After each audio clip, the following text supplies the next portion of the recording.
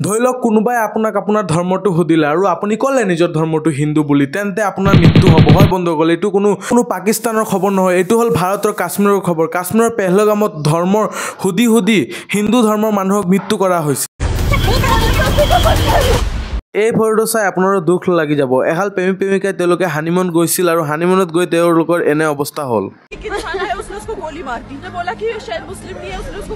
ঘটনাস্থলীত পুলিচ আৰু আৰ্মি গৈছে আৰু সন্ত্ৰাসবাদীবোৰক বিচাৰি উলিওৱাৰ কাৰণে পুৰা অভিযান চলাই আছে।